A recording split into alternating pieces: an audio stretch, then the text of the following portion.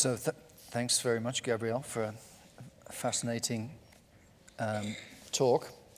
I was just wondering, is it accurate to say bad things are happening? I want to find a picture of Earth and Venus. I think that should be our backdrop, don't you? You have to go through a lot of bad stuff to get to it. There we go. Is it accurate to say that bad stuff's happening? Yes. Okay. Glad we got that out of the way. So I was going to begin with a question about science. Mm-hmm. Sorry, audience. Science is great. Don't say that. No, I am not just an international man of mystery. I'm also a science educator. I forgot to announce what I do for a living. So in her best-selling book, Silent Spring, published in 1962, which woke up the people of the world to the dangers of the massively increasing production of synthetic chemicals and their unchecked dispersal into the environment, leading to the contamination of the biosphere and poisoning all life, not dissimilar to the unchecked production of greenhouse gases today. Rachel Carson gave a couple of reasons why the problem had arisen.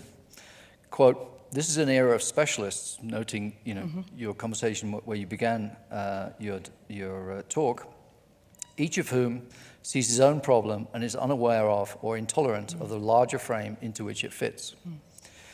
It is also an era dominated by industry, in which the right to make a dollar at whatever cost is seldom challenged." What Carson points to is the power of science and technology having been harnessed in our society in ways that have contributed to the planetary ecological crisis with which we are confronted today. So as a scientist and journalist, how do you see this seeming contradiction between the lofty ideals that scientists set themselves to solve social problems and the way in which those goals can be warped by larger social forces? I think I might disagree with most of that, actually. Let's give it a go. I don't disagree with Rachel Carson. She's obviously one of my heroes. Mm-hmm. But I think, first of all, I'm not sure that scientists really feel like they have a kind of moral purpose to their science, at least haven't historically. Science is there to try and understand the world, and then the world can decide what it wants to do with it. And this is one of the reasons that we managed to get into this mess, I think. I've spoken to lots of my friends who are scientists now who are trying to change it, because we don't actually teach our scientists. We teach our scientists the scientific method, how to do science, how to understand, and we try and make them reduce and reduce. But we don't teach them how to deal with the implications of their science for the world and how to take that in. I mean, when Sherry Rowland and the guys discovered the problems with the ozone layer, discovered the implications of the chemicals that we were using for refrigeration for the ozone layer, they put out a paper, and they expected there to be great fanfare, and nothing happened. And then they had to give a press release at the conference, and they didn't really know how to do that properly, and it wasn't part of the story. And it still really isn't. So I think that there has been a mismatch between the sort of science that's happening and the social implications for scientists. But I'd also say that, there's the part about it which is science has created the problem in terms of, or certainly technology has created the problem. And the thing that I wanted to add there is that our technological development has also brought vast benefits to very large numbers of people on the planet, and increasingly more so. Our health, our level of well-being, and many of the problems that we face are radically different and radically improved from the way that they were even a century or 50 years ago, largely as a result of technology. So it's not it's the saint or sinner. It's the right or wrong, black or white part of the story that I think has also got us partly into this mess. Because I do think that technology has been a very serious part of creating this problem. I do think technology can be a very serious part of solving it. But I don't think it helps to say there are the forces of technology and industry ranged against the forces of pure science and the people. Because I don't think that's true anymore. Well, that's what she was saying. I know, I understand, and I don't think it's true anymore. And also, increasingly in science, there's this development. I mean, here in Santa Fe, you have the very fine Santa Fe Institute, which is particularly brilliant at making connections. So, increasingly, it's not just geography or geology anymore. It's biogeochemistry with physics thrown in as well. It's figuring out how the different parts fit together. And I think that that's a very marvelous development for how we're likely to be able to solve this problem. Mm-hmm. Moving on to the Paris Climate Accord, and you mentioned the new target of 1.5 degrees warming as opposed to 2. And that was described by Andrew Jones, co-director of Climate Interactive, this way. Mm-hmm. It's kind of like this. My friends and I have committed to losing 300 pounds, but are failing so far. Instead of eating less and exercising more, I propose that we lose 350.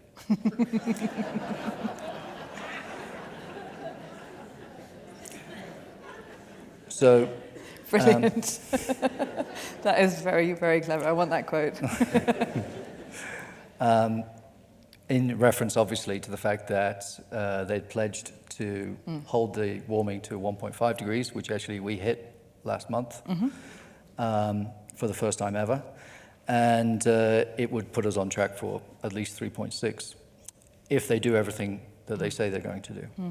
So Kevin Anderson, Deputy Director of the Tyndall Centre for Climate Change Research in England, saw actually the climate agreement in Paris as weaker than Copenhagen because it omitted shipping and airlines, which is one of the biggest growing sectors in terms of emissions. He wrote in the journal Nature after Paris, commenting on how difficult it was to get anybody on the international arena, world leaders, to agree. He said, it is a testament to how assiduous and painstaking science can defeat the unremitting program of misinformation that is perpetuated by powerful vested interests. It is the 21st century equivalent to the victory of heliocentrism over the Inquisition. So that's pretty significant. But he goes on to say, yet it risks being total fantasy. Rather than requiring that nations reduce emissions in the short to medium term, the Paris Agreement instead rests on the assumption that the world will successfully suck the carbon pollution it produces back from the atmosphere in the longer term. A few years ago, these exotic Dr. Strangelove options were discussed only as last-ditch contingencies. Now they are plan A. He goes on, it is pantomime season, and the world has just gambled its future on the appearance in a puff of smoke of a carbon-sucking fairy godmother. So, that image. And so I have a couple of related questions about that. What's your question? Giving these kind of competing assessments between politicians about the world-changing nature of Paris and some leading climate scientists, how do you address this criticism of Paris, that it may be unprecedented in terms of all of these countries, people agreeing to lose weight, but there's no mechanism in place to actually do so? And, thinking about the Southwest and some of the statistics on what we know is happening already here, where does that leave people here in more imminent danger of severe conditions? So the first part of the question was? Well, how do you square the assessment of the politicians as being a historic document and the assessment of some leading climate scientists? James Hansen had even less polite things to say about the agreement. Yeah. And he was just in the Times today saying it's even worse than anybody said it was. How do you square that and their assessment of the science with the politicians, considering we've had over two decades of I've got negotiations? It now. It's an interesting one, Jim Hansen. Kevin's right. He's right. And this agreement, it should have come 20 years ago. It should certainly have come 10 years ago. And at least the rich have worked it out now. At least the rich have worked it out now. And I should say, by the way, that when I talk about companies, different businesses being climate heroes, that does not mean all companies. And there's certainly ones that are climate villains and are continuing to be so. And they're just trying to grab the money and run. And it's going to be very important not to make the distinction, not between who are what sectors are the good guys and the bad guys, but who within them are the good guys and the bad guys in this battle. So, I'm very optimistic about Paris. In spite of all of that, it is. You could absolutely argue that it's too little and too late. But there is this big gap. It's not true to say that there's no program. It's like saying instead of losing 300 pounds, I'm going to lose 350, and at least I'm controlling my diet to some extent, but not enough to be able to get to that target. So if you add up all of the intentional nationally determined contributions, the INDCs, you get to something around 3 or 3.5 degrees. Rather than the 1.5 to 2 degrees that we need, but you still get to a reduction from the 6 degrees that we're heading for. So already there's something. It's not enough. There are a couple of reasons for optimism nonetheless on that. One of them is that most of the analysts that I speak to say that many of the countries have put in more or less what they're doing already. And there's quite a lot of capacity for that to increase. So they're likely to be underestimates rather than overestimates. The next reason for optimism is that it's not just about what the politicians agree and what they say that they're going to do in their individual countries. It's about all those different companies that I put up there that are doing it anyway. It's about the mayors, it's about the cities and the states and the regions that are doing it anyway, that don't come into those INDCs. And then the third reason for being optimistic is something that's happening in parallel, but was really important, which is an amazing plummeting in the cost of various new green energy technologies, especially solar. You know, here's an interesting thing. So various people try to do scenarios about what's the energy mix going to be in 2050. Is the energy mix going to be this much coal, this much oil, or it has to be whatever? And different, the International Energy Agency does that, and you know, the oil companies do it, and various other people do it, and the WWF does it, and they all try to figure out what are the different balances of the energy mix that we could have. And they all put in a bit of solar and a bit of wind and so on. But if you look at, they predict through to 2050, but if you look at the last sort of 5 to 8 years of predictions, only one out of all the different scenarios has correctly predicted how quickly there was going to be an increase in solar and wind. So all of the others madly underestimated it. They all said, no, it's not going to take off, no, it's not going to take off. And it has. It's going... And do you know what the scenario was? The only scenario that correctly predicted the take-up? Greenpeace. It was Greenpeace.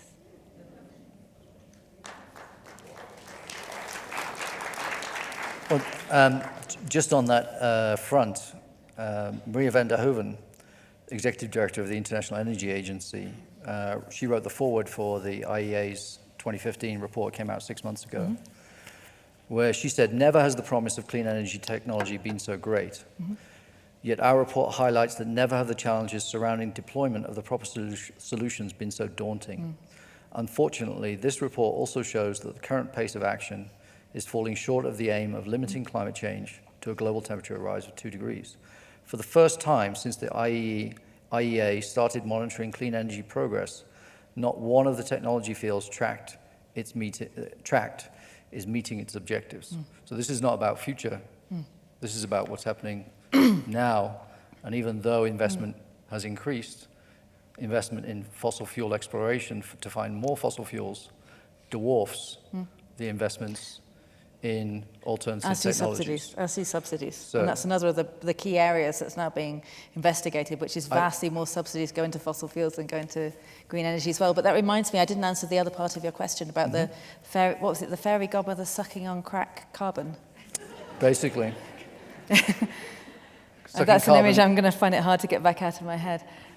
It's true. All the scenarios that say this is how we do it, this is how we get to 2 degrees or even 1.5, I think all of them in the second half of the century have some magic way that we suck the carbon dioxide back out of the atmosphere. And you know, that's really hard. Because this stuff, it's like chili powder. You don't need very much to have a very big effect. And so there's not actually, if you look at how concentrated it is in the atmosphere, here's an analogy. Imagine an Olympic-sized swimming pool. Take a drop of ink, put it in the Olympic-sized swimming pool, and let it spread so it's completely evenly distributed. And then try and take it out again. So that's what these kind of sucking out mysterious technologies, somehow we have to build big artificial trees that can suck carbon dioxide back. That is fantasy land, but there are ways to do it. And the most effective way to suck carbon dioxide out of the atmosphere is actually real trees. No one's ever found an artificial tree that can do it better. So reforestation is actually, that's not a fairy godmother sucking crack. That is a very significant part of the story, not just stopping deforestation, but reforesting. And then, you know, in the tenor of the questions, you're sort of saying, if you're saying, is it bleak? The answer is yes. If you're saying, so do we give up? The answer is no. And what I'm seeing is a turning tide. Even in the last 6 months, the people who've been picking up the phone and calling me, you know, your Larry Finks, your investors, what do they say? They call me all the time too. Larry Fink hasn't called me, but lots of investors have. And what do they say? Follow the money. And if you follow the money, you'll find out what's happening. And so these are some of the reasons why it is bleak. But I really sense that we're in a place now that we can make a difference. Well, let's hope so. I think I have a different idea about why we should be more hopeful. But thinking about that question from a more historical view, there's obviously a long saga of pledges to do all kinds of things. 20 years of negotiations on climate, but many unfulfilled promises on hunger, the Millennium Development Goals, poverty, the biodiversity crisis. I think it's important to recognize that climate change is only one axis of multiple problems. And if we're going to have growth going on, whatever kind of growth, alongside of, even if we switch to a different energy paradigm, which is currently not happening, there would still be multiple problems. And I would not be so sanguine, I don't think, I'm not so sanguine about the possibility of halving our increase to 3.6 when what it will mean, according to Kevin Anderson, is the difference between deadly or dangerous and deadly for most of the population of the world. So these same leaders, they've made these pledges, but then they're continuing with all these other things: economic inequality, warfare, racism. Europe has played its own role. You mentioned the refugee crisis that is connected to climate change, but not also unconnected from the 11,000 bombs that the United States and Europe have dropped on Syria and Libya just in the last 6 months. And Russia. And along with Russia, the United States just bombed a university in liberated Iraq. So given all of these things, and I noted that Britain, its 2015 Infrastructure Act, stipulates that, I quote, the principal objective and the strategy is of maximizing the economic recovery of UK petroleum. So they wrote that law last year. So given all of that kind of evidence, the short timescales that we're talking about, what we have available to us, the way in which things are going not just in the opposite direction, but actually twice as fast as they used to be, and the intransigence of the corporate interests, it seems, and the states that back them, it seems to me at least, unwise. This is where perhaps we differ. Unwise to trust them. So Trust who? Corporations, the states, the rich people who, luckily for them, are now going to save us. Why should we trust them this time? Why should we trust them? Them being rich people and corporations. The people you identified. Why should we? Why should we trust Larry Fink? Yeah. Why is it different? Well, I mean... And why did it take them so long to figure it out? Oh, well, that's an easy one. There was a study. It's a very simple model, just a predator-prey model, it's called, where if you think about it, if you suppose you've got foxes and rabbits, and if you get too many foxes, then they eat too many of the rabbits, and then foxes start to starve because there's not enough rabbits. And if the rabbits get too many, then more of the foxes eat them. And so more or less you could keep it in balance between the predator and the prey. If any one gets more, the other one then actually takes it back over again. So using a simple model like that, there's a very interesting study that was looking at why civilizations collapsed in the past. And it was, looking at the Roman civilization, looking at the Mayans, looking at various different ones and trying to say, what was it, if we build this model in this way, what can we understand about why previous civilizations collapsed? And they found three things that can really help to make a civilization collapse. Thing number one is that you outrun your environmental resources. Check. Thing number two is that you have high and increasing levels of inequality. Okay. Check.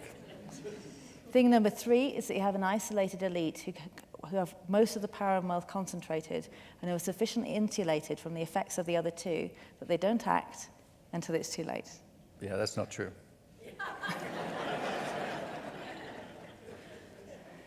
So why does it take them so long to act? Because they're insulated, right? Because they're insulated.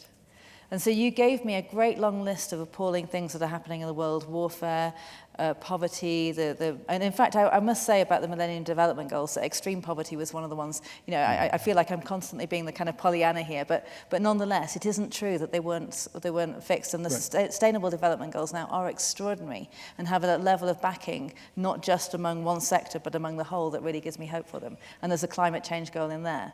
And by the way, the guy who put the Sustainable Development Goals together, the godfather of them, said we had to put a climate change goal in spite of the fact that it was the hardest one to negotiate. It was a nightmare.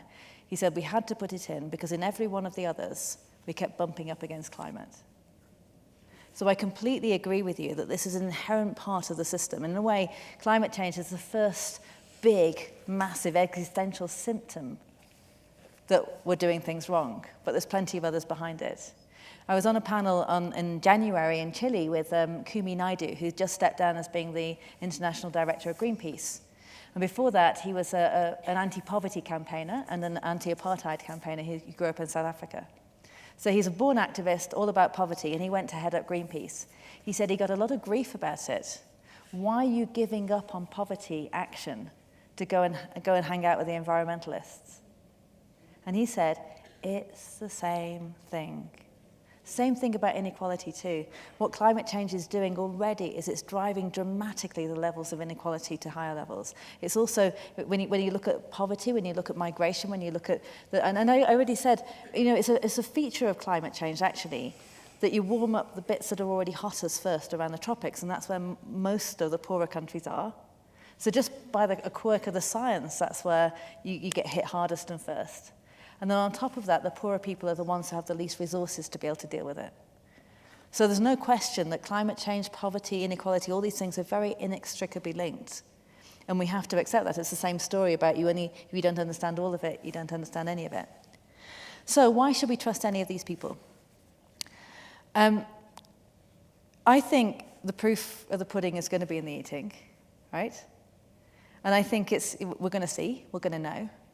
But I already see some of the people, one climate hero I didn't put up there is Paul Polman, who is the CEO of Unilever, who I work with quite closely. And he's transformed the company. He's made sustainability and the sustainable living plan the heart of the business model of the company. And IKEA doing the same. Marks and Spencer did the same. I'm now talking to oil and gas companies who are saying, we know we need to change. How do we do it? What can the new business model be? And many of them are saying it behind closed doors, but they're saying it. And they're afraid that they're going to get clobbered if they come out into the world. And there are plenty of others who aren't, who are the vested interests. I was going to use a bad word then. The bad people who have been trying to lobby to stop this happening. But I'm already seeing action. I'm already seeing change. And those were some of the guys that were lobbying hardest. And in Paris, when the negotiations started stalling, someone would get a call from someone else and there'd be an impromptu press conference where you'd have Greenpeace on the stage with a global CEO and the head of the International Trade Union saying, you've got to do it. And that kept happening. So the other point that I'd make is I don't see an alternative. I don't see an alternative. Right. I started off in science. I then went into media. I then started hanging out with politicians. And none of this, the science is really an important part of it. To find what we actually need to know in the first place. The media sort of is an important part of it, but still wasn't influential enough. The politicians, many of them are hamstrung. I have the hugest respect for many politicians who go into this out of conviction, out of wanting to make the world better, and find that the system actually stops them from making any changes that they want to. And then I started meeting business leaders. And their businesses go across national boundaries, so they're not stuck with, I have to deal with my own country and I can't deal with any others. And this is a global problem. There's a clue in the name global warming. They also have this command and control. It's a bit depressing for me as a dedicated Democrat that if you ask which country in the world, which government in the world is being most effective in its actions on climate change, the answer is China. It really is. And so businesses have that capacity that China does. It's command and control. They can just do what they like. And that used to be a bad thing, but can potentially, in a judo move, be flipped into being a good thing. And then there's another part, which is businesses have massive reach. All the customers, all the employees, all the supply chain. Unilever has 2 billion customers. Right? Is that a good thing? I think it is a good thing now. It might not have been before, but that gives the reach. So what I think I need to do, what I think we need to do, is get behind the ones that are doing it right and clobber the hell out of the ones that are doing it wrong. That's my formula.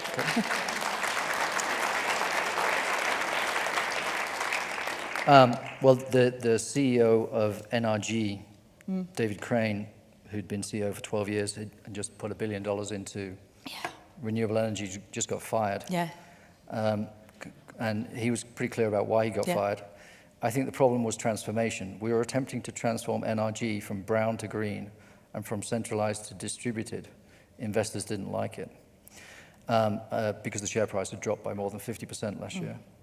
So, and I would just say that on the question of climate change and its disproportionate impacts, it may be having a larger impact in the tropics where the poor people are, and that is related to science. But why there are poor people there has got nothing to do with science. And that's all to do with colonialism, imperialism, and racism, which gave birth to capitalism. And so I'm very skeptical of whether the people who cause this problem are also going to be the people who solve it. But I have one final question. I teach high school and university students, so I work with young people, and many of them are dealing with immediate social and ecological problems, as are communities here in the Southwest. My students ask me, what is their future going to be like? And their concerns revolve around the state of the world, and what it holds for them, but also because they read the same reports, but also more daily problems: racism, police brutality, poverty, crippling debt. And that raises, for me, the issue of time, and reminds me of a Martin Luther King Jr. speech from Beyond Vietnam, Time to Break the Silence, when he says, quote, "We are now faced with the fact, my friends, that tomorrow is today. We are confronted with the fierce urgency of now. In this unfolding conundrum of life and history, there is such a thing as being too late. Procrastination is still the thief of time. Life often leaves us standing bare, naked, and dejected with a lost opportunity. Over the bleached bones and jumbled residues of numerous civilizations are written the pathetic words, too late. There is an invisible book of life that faithfully records our vigilance or our neglect. Omar Khayyam is right. The moving finger writes, having writ, moves on." So, I think it's rather problematic to say, well, if we're only going to 3.6, that would be a gain. But Who said that? when you were saying that, well, 3.6 is better than 6. I said that you said that there was no plan. I said there's a plan, it's just not a good enough one. Oh, okay. Let's just be clear. So given that, my question about time and what do we do now, who makes change? You know, what is your message to students here, people in the audience who've already waited too long for the kind of changes that they need right now from the top to come, and who urgently need more concrete and immediate action, not just on climate change, but across a multitude of issues? Okay. So, What's kind of our role? What's the role of young people in what should we do to, for those of us outside the conference halls, as the finger of time moves on, where are we and what should we do? it's very nice of you to say, what should we do, and we young people. Thanks for that. So it's a great question. And so I talked to a lot of schools as well. In fact, there was one time when I went to talk to a bunch of 6, 7, and 8-year-olds. And they were only little. And I was talking to them about Antarctica. So I showed them pictures of penguins. And I showed them pictures of snow and of funny things. And I gave them this whole thing. And at the end of it, a little 7-year-old girl put her hand up. And she said, "When you were in Antarctica, did you see any signs of the ice melting because of global warming?" And I thought, I got to raise my game. I got to raise my game with these kids. So, clearly it's a very important question, and it would be, actually it would be quite comfortable. It would be easy in a way to say, okay, it's too late. It's too late. Well, I'm not advocating that. Well, I'm not advocating it either, because the line that I give, people say, why are you optimistic? And I say because pessimism is a luxury that I cannot afford.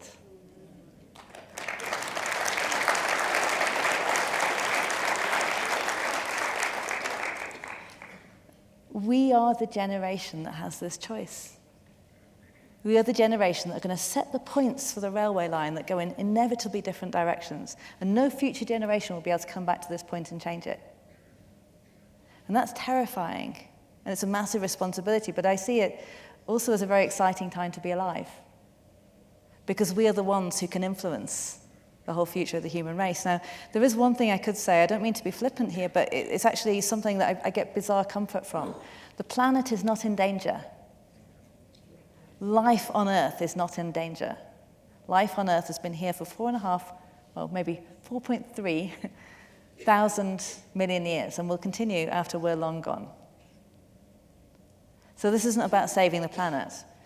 But I do love people, and I do think we've contributed a lot of extraordinary things and have the capacity to do more of that. And that's why I think it's important to do something. But what I'd just say about the Martin Luther King quote is that Martin Luther King also said, "I have a dream." He didn't say, "I have a nightmare." And what I've learned in this game is I started off being a scientist just saying, this is how it is. And I've discovered if you say this is how it is, and this is how bad and bleak it is, you know what people do?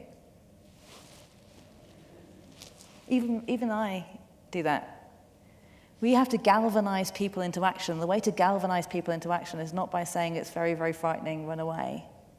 It's by saying we do actually have the means to fix it. We do. We have the technologies. We have the capability. We just need to do it. So getting back to my question. What would I say to the children? I mean, I'm aware that, yeah. What would I say to the kids?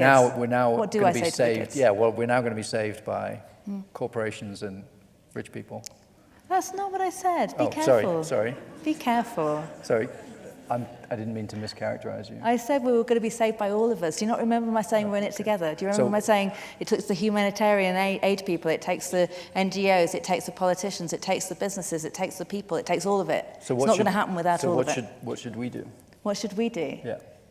So your question was, what do I say to the kids? And I say to the kids, make a nuisance of yourself. Make a nuisance of yourself with your parents. And in fact, quite a lot of the business people that I speak to say, God, it's my daughter. But also, what do we do ourselves? I think one of the most important things that we have to do is to hold on to that. We can and we will do it. Because if you don't do that, we won't. The only thing that has ever changed the world is committed people who decide that it's going to happen. That's the only thing that ever has changed the world.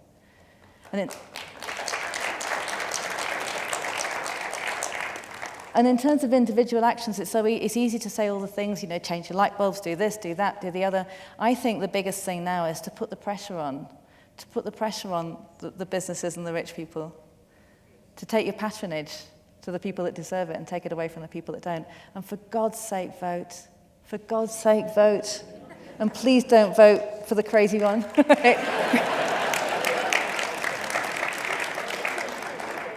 That's all I got. All right. That seems like a good time to end. Thank you very much.